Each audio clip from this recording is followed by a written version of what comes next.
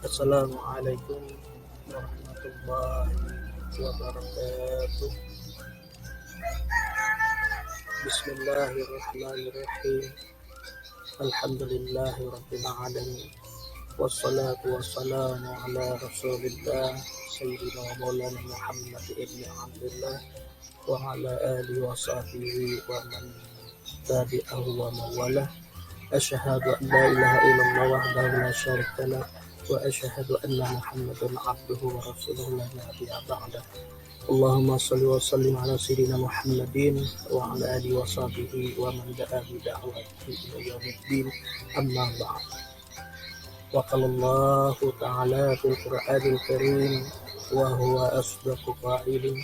A'udzu billahi minasy syaithanir rajim. Bismillahirrahmanirrahim. Rabbi israh li sadri wa yassir li amri wahlul 'uqdatam min lisani yafqahu qawli. Shadaqallahul 'azim. Shadaqa Rasulullah karim wa nahnu dzalika minas syahidin. Walhamdulillahi rabbil alamin. Alhamdulillah wa syukurillah.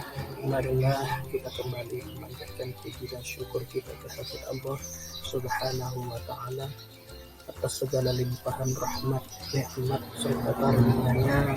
Pada kesempatan kali ini kita kembali dapat bertatap muka dalam pembahasan materi kita hari ini, yaitu tentang mandi wajib di kelas 4 semester 1. Insyaallah dengan adanya pemahaman atau pembelajaran kita pada pagi hari ini, semoga dapat bermanfaat, terutama bagi Bapak maupun anak-anakku sekalian. Dan salawat serta salam tidak lupa kita haturkan kepada junjungan kita Nabi besar Muhammad SAW. Semoga kita yang hadir dalam pembahasan materi pada pagi hari ini mendapatkan syafaat kelak di hari kiamat. Amin amin ya rabbal alamin. Baiklah, kita lanjut dalam materi. Di sini Bapak akan sedikit menyampaikan tentang hadis Rasulullah Sallallahu Alaihi Wasallam, yang mana Rasulullah mengatakan at-tuhuru satrul iman, artinya bersuci adalah separuh iman. Kenapa Bapak sampaikan ini di awal dalam materi kita pada pagi hari ini? Karena ada berkaitan dengan materi kita tentang mandi wajib. Kemudian di dalam bab 3, pelajaran yang akan kita bahas hari ini adalah mandi wajib setelah haid dan ihtilam. Adapun kompetensi inti dari materi kita pada pagi hari ini, yaitu kompetensi inti 1 atau sikap spiritual. Yang pertama adalah menerima, menjalankan, dan menghargai ajaran agama Nabi Alaihi. Kemudian yang kedua, kompetensi inti 2, yaitu sikap sosial, yaitu menunjukkan perilaku jujur, disiplin, tanggung jawab, santun, peduli, dan percaya diri dalam berinteraksi dengan keluarga, teman, guru, dan tetangganya. Kemudian yang ketiga, yaitu kompetensi inti 3, yaitu pengetahuan, adalah memahami pengetahuan faktual dengan cara mengamati dan menanya berdasarkan rasa ingin tahu tentang dirinya, makhluk ciptaan Tuhan dan kegiatannya, dan benda-benda yang dijumpainya di rumah, di sekolah, dan tempat bermain. Kemudian selanjutnya adalah kompetensi inti 4, yaitu keterampilan, yaitu menyajikan pengetahuan faktual dalam bahasa yang jelas, sistematis, dan logis, dalam karya yang estetis, dalam gerakan yang mencerminkan anak sehat, dan dalam tindakan yang mencerminkan perilaku anak beriman dan berakhlak. akhlak mulia. Kemudian kita lanjut di kompetensi dasar 1.3, yaitu menerima kebenaran bahwa Allah mencintai hamba yang menjaga kesucian lahir dan batin. 1.4, menerima kebenaran bahwa Allah mencintai hamba yang menjaga kebersihan dan kesucian. 2.3, menjalankan perilaku hidup bersih dan sehat dalam menjaga organ reproduksi. 2.4, menjalankan perilaku hidup bersih dan sehat dalam menjaga organ reproduksi. 3.3, menerapkan mandi wajib setelah haid bagi perempuan sesuai syarat dan rukun. 3.4, menerapkan mandi wajib setelah ihtilam, yaitu mimpi basah bagi laki-laki sesuai syarat dan rukun. 4.3, mempraktikkan mandi wajib setelah haid bagi perempuan sesuai syarat dan rukun.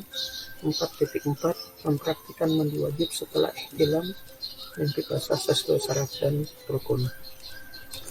Kemudian selanjutnya, indikator pencapaian kompetensi yang pertama adalah menjalankan perintah Allah untuk menjaga kesucian lahir dan batin. Yang kedua, menjalankan perintah Allah untuk menjaga kebersihan lahir dan batin. Yang ketiga, rajin membersihkan badan untuk menjaga kesehatan badan.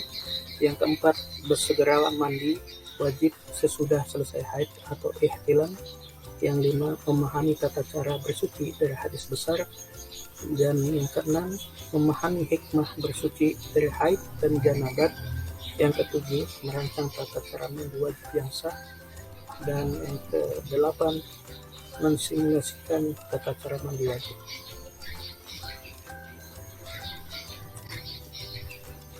Kemudian yang selanjutnya, Bapak di sini memuat peta kompetensi tentang mandi wajib setelah haid dan ihtilam. Pertama, sikap spiritual, yaitu menjaga kesucian lahir batin.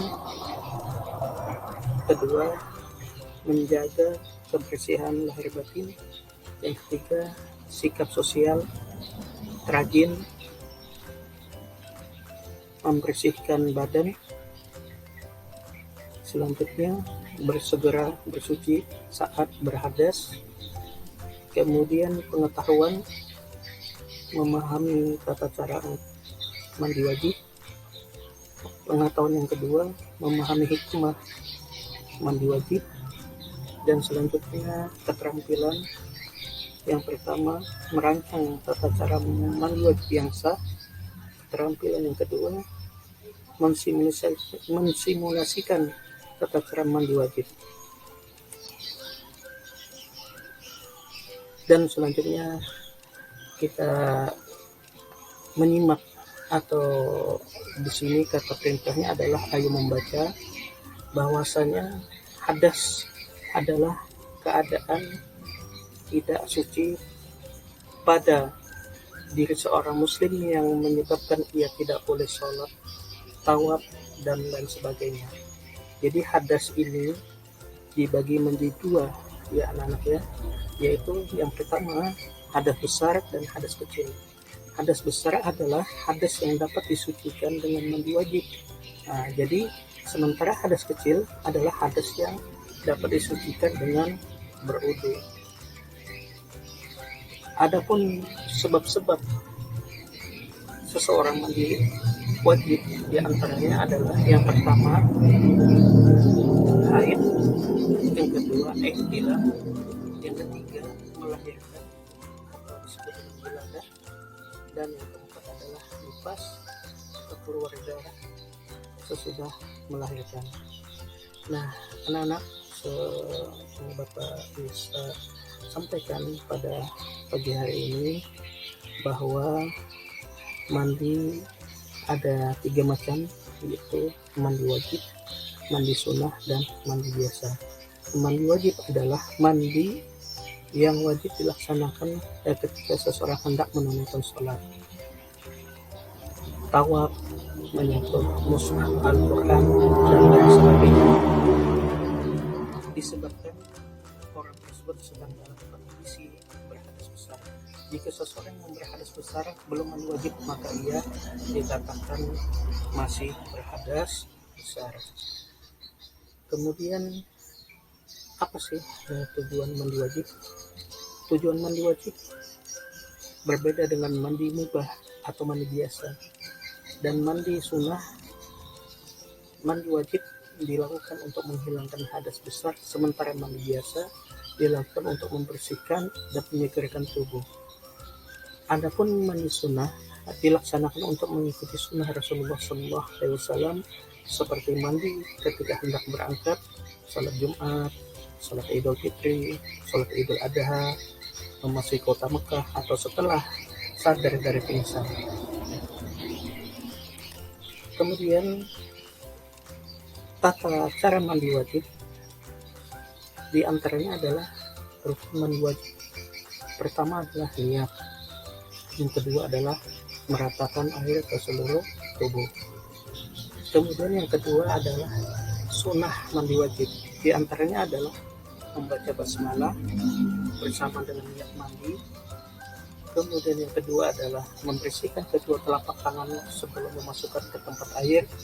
Yang ketiga, menghilangkan kotoran yang ada pada badan. Dan yang keempat, membersihkan kemaluan atau beristinja. Dan yang kelima, berwudu dengan sempurna sebelum mandi. Dan yang selanjutnya, mencelupkan kedua tangan ke dalam air dan siramkan air ke akar rambut kepala. Dan selanjutnya, menyiram air ke kepala sebanyak 3 kali dan mengguyurkannya ke seluruh tubuh. Dan yang selanjutnya, mendahulukan anggota badan sebelah kanan, kemudian tidak meminta tolong kepada orang lain kecuali ada uzur. Yang terakhir, tidak berbicara kecuali ada kebutuhan. Kemudian anak-anak, di sini kita disuruh untuk menghafal niat mandi wajib untuk bersuci dari haid. Adapun niat yang pertama, Bismillahirrahmanirrahim, nawaitul ghusla li raf'il hadasi akbari minal haidi fardhalillahi ta'ala. Artinya, aku niat mandi untuk menghilangkan hadas besar berupa haid fardu karena Allah Ta'ala. Ini adalah niat yang pertama khusus untuk seorang perempuan yang ketika haid. Kemudian yang kedua, niat mandi wajib untuk bersuci dari ihtilam. Adapun niatnya adalah Bismillahirrahmanirrahim, nawaitul ghusla li raf'il hadasi akbari minal jinabati fardhalillahi ta'ala. Artinya, aku niat mandi untuk menghilangkan hadas besar berupa jinabah fardu karena Allah Ta'ala.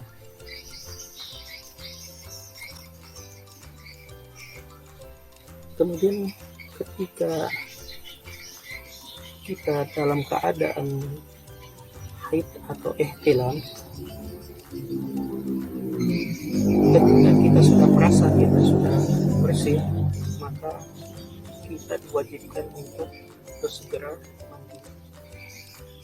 Alasannya adalah sebagai seorang muslim yang sudah balik, kita mempunyai kewajiban sholat pada waktunya. Apabila kita tidak sholat tepat waktu, maka kita akan berdosa. Oleh sebab itu, hendaknya kita senantiasa berhati-hati agar waktu sholat tidak terlewatkan. Bagaimana caranya? Yang pertama adalah, salah satunya adalah cara untuk menjaga agar sholat tidak terlewati adalah dengan bersegera mandi wajib setelah ihtilam ataupun setelah darah haid berhenti keluar. Jika kita menunda-nunda mandi wajib sehingga ada sholat yang terlewat, maka kita berdosa. Maka dari itu, jika kita sudah terlanjur menunda waktu bersuci sehingga waktu sholat terlewat, maka kita harus mengqadha sholat tersebut dan banyak-banyak meminta ampun kepada Allah Subhanahu wa Ta'ala. Kemudian pada step yang selanjutnya, di sini Bapak akan menjelaskan tentang perbedaan mandi wajib, mandi biasa, dan mandi sunnah. Terdapat beberapa kategori mandi, yaitu mandi wajib adalah mandi yang kita laksanakan untuk menyucikan diri dari hadas besar, hukumnya wajib. Artinya jika tidak kita lakukan maka berdosa. Kemudian yang kedua adalah mandi sunnah. Banyak sekali contoh mandi sunnah dalam Islam. Contohnya adalah mandi Jumat, mandi sebelum sholat Idul Adha maupun sholat Idul Fitri, mandi sunnah taubat, dan lain sebagainya. Dan yang ketiga adalah mandi biasa. Mandi biasa adalah mandi yang biasa kita laksanakan sehari 2 kali. Kemudian di sini Bapak buatkan tabel agar anak dapat memahami perbedaan mandi wajib dan mandi sunnah dan mandi biasa. Yang pertama, mandi wajib perlu dengan niat, mandi sunnah pun demikian, mandi biasa tidak perlu niat. Kemudian yang kedua, meratakan air ke seluruh tubuh. Kemudian untuk mandi wajib perlu, mandi sunnah perlu, mandi biasa tidak perlu. Dan yang ketiga, hukumnya mandi wajib hukumnya, mandi sunnah hukumnya sunnah, dan mandi biasa adalah mubah. Dan kategori yang keempat adalah tujuannya. Untuk mandi wajib sendiri tujuannya adalah mengikuti perintah Allah Subhanahu wa Ta'ala dan Rasulullah SAW. Dan yang kedua, menyucikan diri dari hadas besar. Kemudian untuk mandi sunnah tujuannya adalah mengikuti perintah Rasulullah SAW. Dan untuk mandi biasa tujuannya tidak lain adalah menjaga kesehatan dan kesegaran tubuh.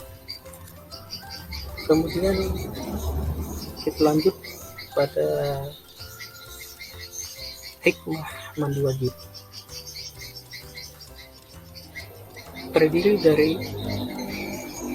pertama adalah mendapatkan pahala dari Allah Subhanahu wa Ta'ala bila kita melakukan kewajiban kita untuk membersihkan dari hadas besar, yaitu tadi mendapatkan pahala dari Allah Subhanahu wa Ta'ala, menjaga kebersihan badan, menumbuhkan rasa semangat, meningkatkan kepercayaan diri, memberi rasa nyaman kepada orang lain. Dan sampailah pada penghujung dari pembahasan materi ini. Semoga apa yang Bapak sampaikan pada video pembelajaran pada pagi hari ini semoga bermanfaat bagi Bapak dan juga kepada anak-anakku sekalian. Bapak akhiri, wabillahi taufiq wal hidayah. Wassalamualaikum warahmatullahi wabarakatuh.